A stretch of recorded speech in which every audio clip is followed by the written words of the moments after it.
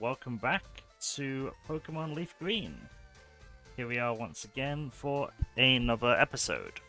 First thing we're going to do today is we're going to head north, like I said we would. Because we need to go capture a Pokemon that will help us greatly against Misty.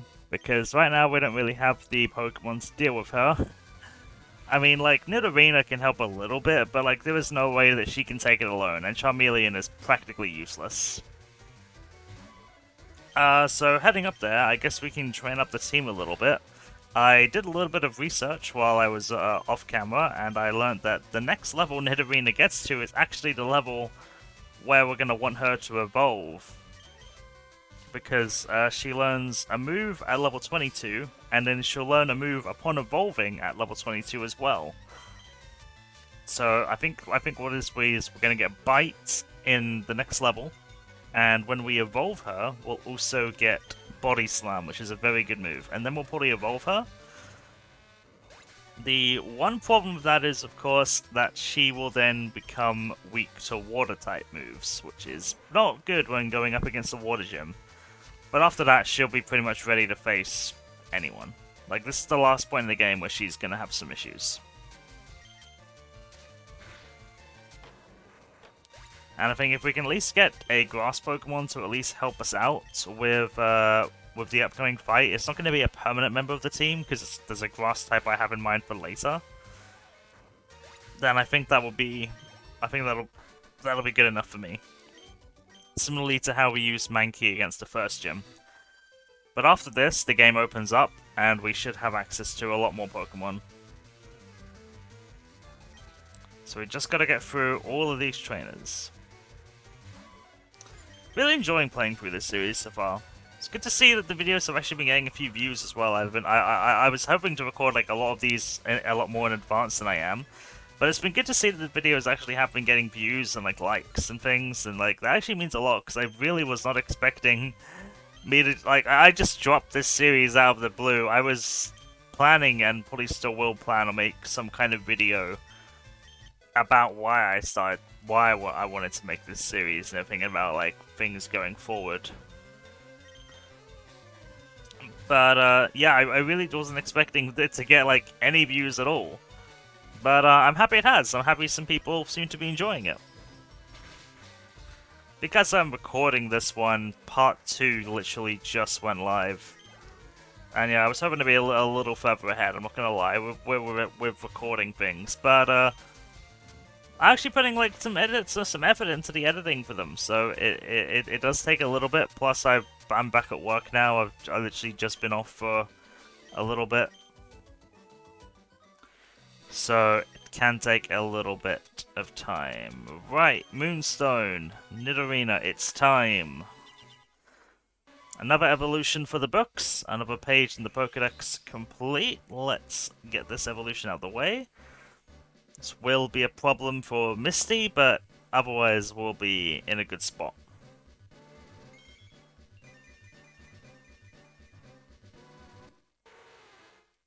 Okay, we got ourselves Nidoqueen. Don't think I've used one of these ever. So this will be fun. We also get Body Slam, which is pretty much just a much better version of Scratch, so thank you for that. Let's test her out in her first battle, sure. Yeah, we also got some new Pokemon to get here. I think there's 2 new Pokemon we can get. One of them we'll be using against Misty, and the other one I don't think we'll be using at all. We could use it because it's a Pokemon I really like. It's Abra, which is a pretty good Psychic-type Pokemon. But evolving it fully requires trading unless they cheat. Which, I mean, I could. But I don't really want to. I mean, it's pretty strong on its own. But again, also, I have another Pokemon in mind for what would be Abra's typing later in the playthrough.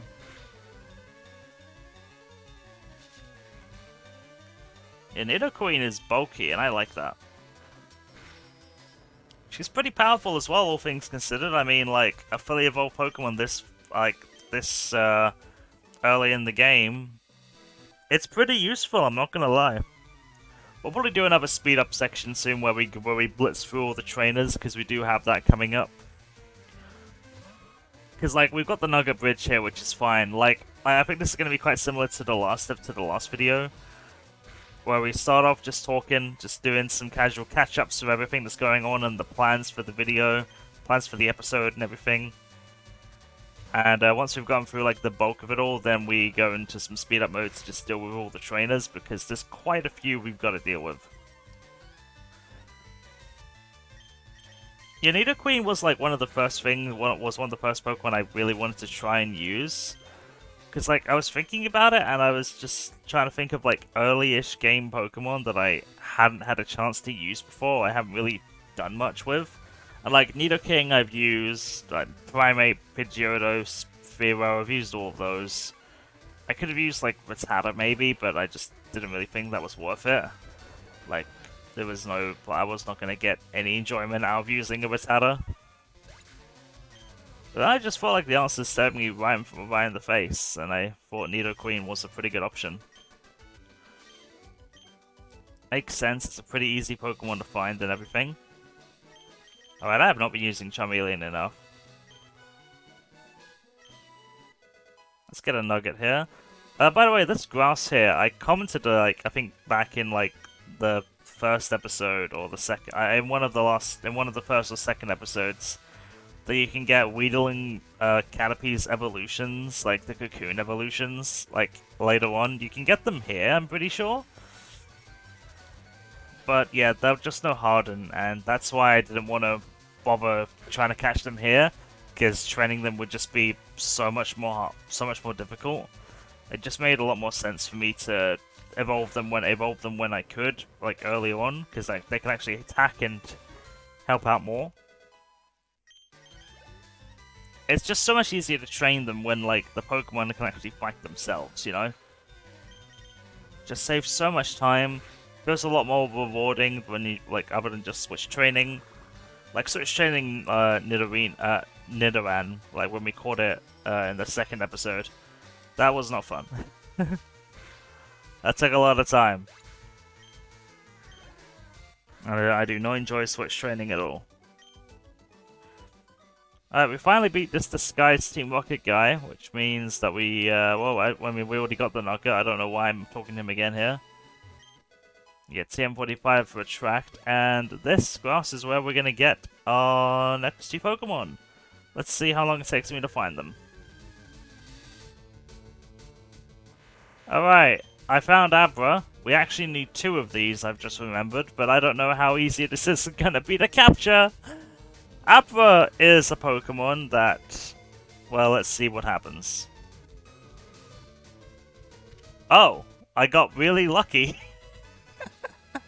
Yeah, Abra is a Pokemon that will teleport immediately. That's its only move until it evolves, is teleport.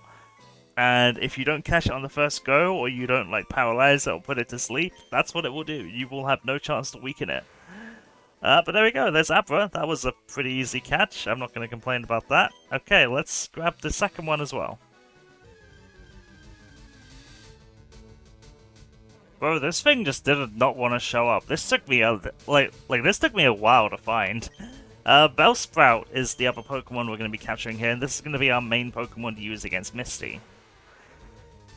I'm probably going to train it up a little bit just so we actually have like some moves to use, or like some ability to use it, because at level 14 it isn't really going to help us too much.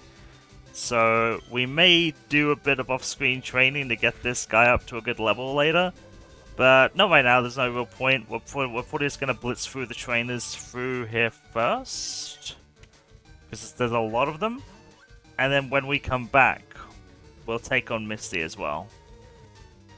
But there we go.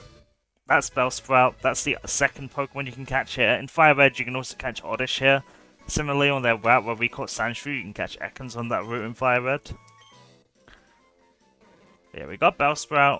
That's very good. We will use him later.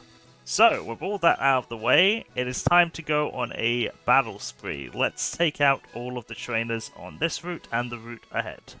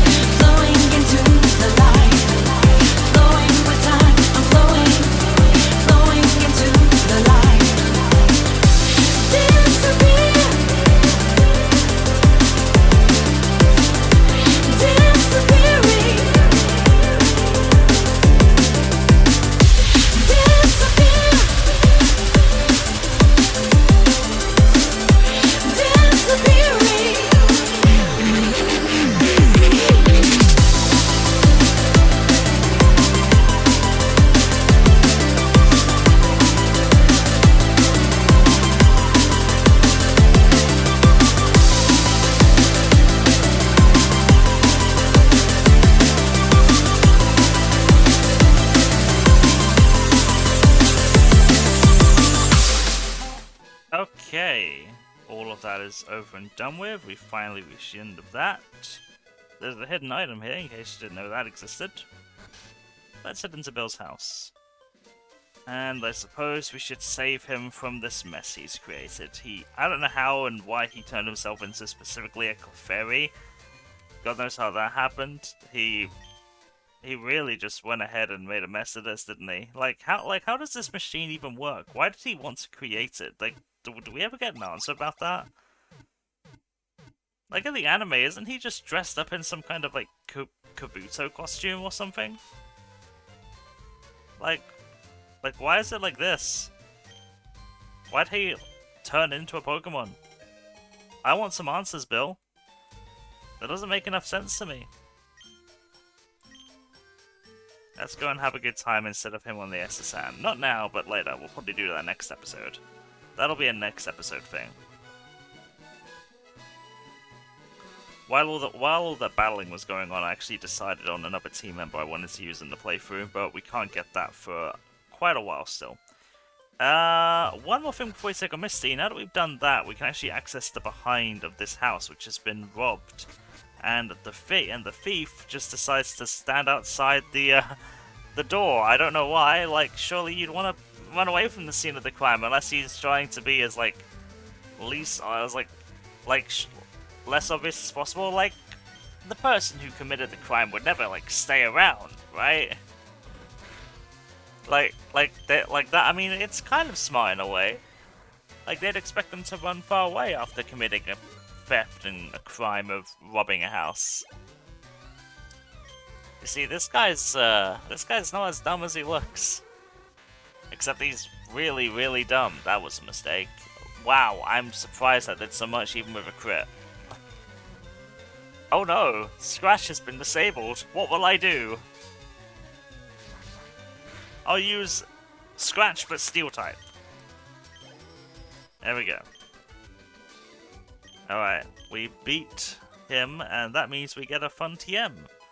TM28, which is Dig, and we are absolutely going to be teaching that right now.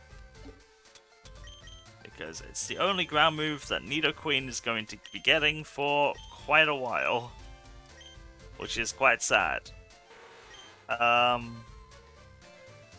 didn't really think about what I was going to get rid of for this. It's probably Double Kick because, I mean, now we have a move that works against rock types anyway, so yeah, goodbye Double Kick. Poison Sting is the weakest move, but it still has its uses. There we go. Okay. With all of that done, we can move south now, out of Cerulean City and into Vermilion City, but I think it's finally time that we start trying to think about Misty. So, I'm going to do some training on Bellsprout and get it up to a better level, and then we'll take on Misty with them. So, I'll catch you guys in a little bit.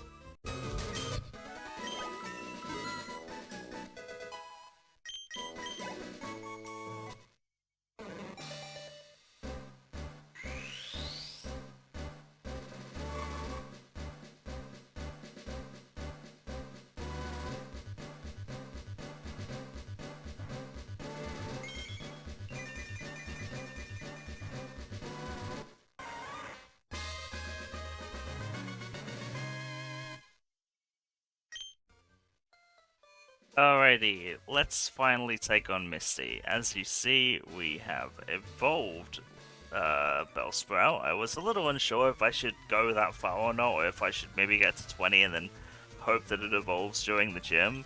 But I just thought, you know, may as well go all the way. I was already at like 19, 20, and then by that point I just thought, yeah, let's just go for it. We're not going to start off with Weeping Bell though. We're going to use Nidoqueen for these first few battles because there really is no threat from these guys really. I think Horsey is the only one that even has a water type move out of all the gym trainers. Shelter here will have an ice move, but I don't think it has any water moves. Shelter has very good physical defense, but special defense is nowhere near as good. Luckily, Bite in this game is a special move, which means that it is extremely effective there. Yeah, just gonna use Nidoqueen to sweep through the trainers, and then we'll battle Misty. We'll probably start off with Weeping Bell, to be honest. The one problem I'm a little bit worried about is Weeping Bell's, like, just genuine lack of, moves. It only has Vine Whip as its only, like, attacking move, and that has only 10 power points, so if it takes more than 10 hits to take out Misty, we're in some trouble. But I think with the power boost, we should now be fine. Oh, that didn't kill it. Oh, that's not good. And I was kind of hoping I could get a little lucky there. I thought Dig may have one-shot it. I was clearly not thinking right. And now we're going to take a bunch of damage, probably. I don't think this Goldeen has, like, any water moves, though. I don't know, I've never used one. Which honestly would make it a good candidate for this playthrough, but there's another water type I have in mind that I haven't used. That I would like to try and use in this playthrough. Alright, well you're now one shot, so let's see if I can hit you this turn. There we go. Finally. Alrighty, we'll heal up Nidoqueen just in case, you know, things go bad. Like, with the team we have, we should be more than capable of winning this fight.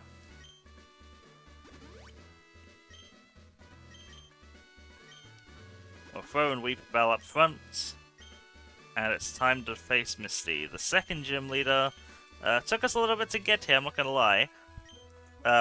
We'd be a little further ahead by this point, but some stuff requires a little more attention, especially when you're trying to catch them all.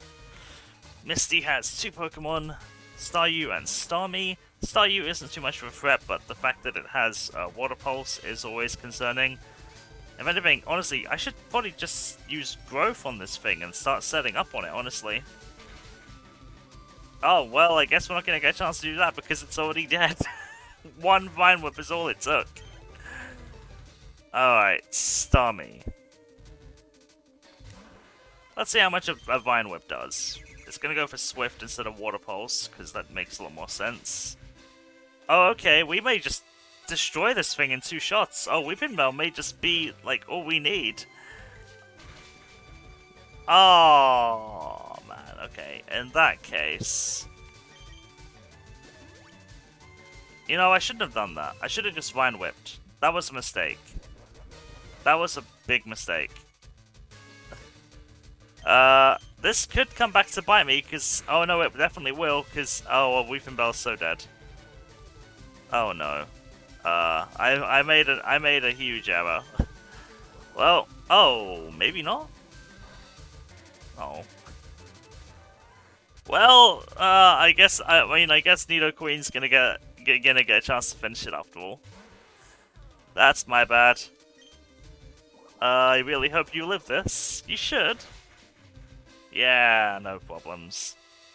I should take you out. There we go.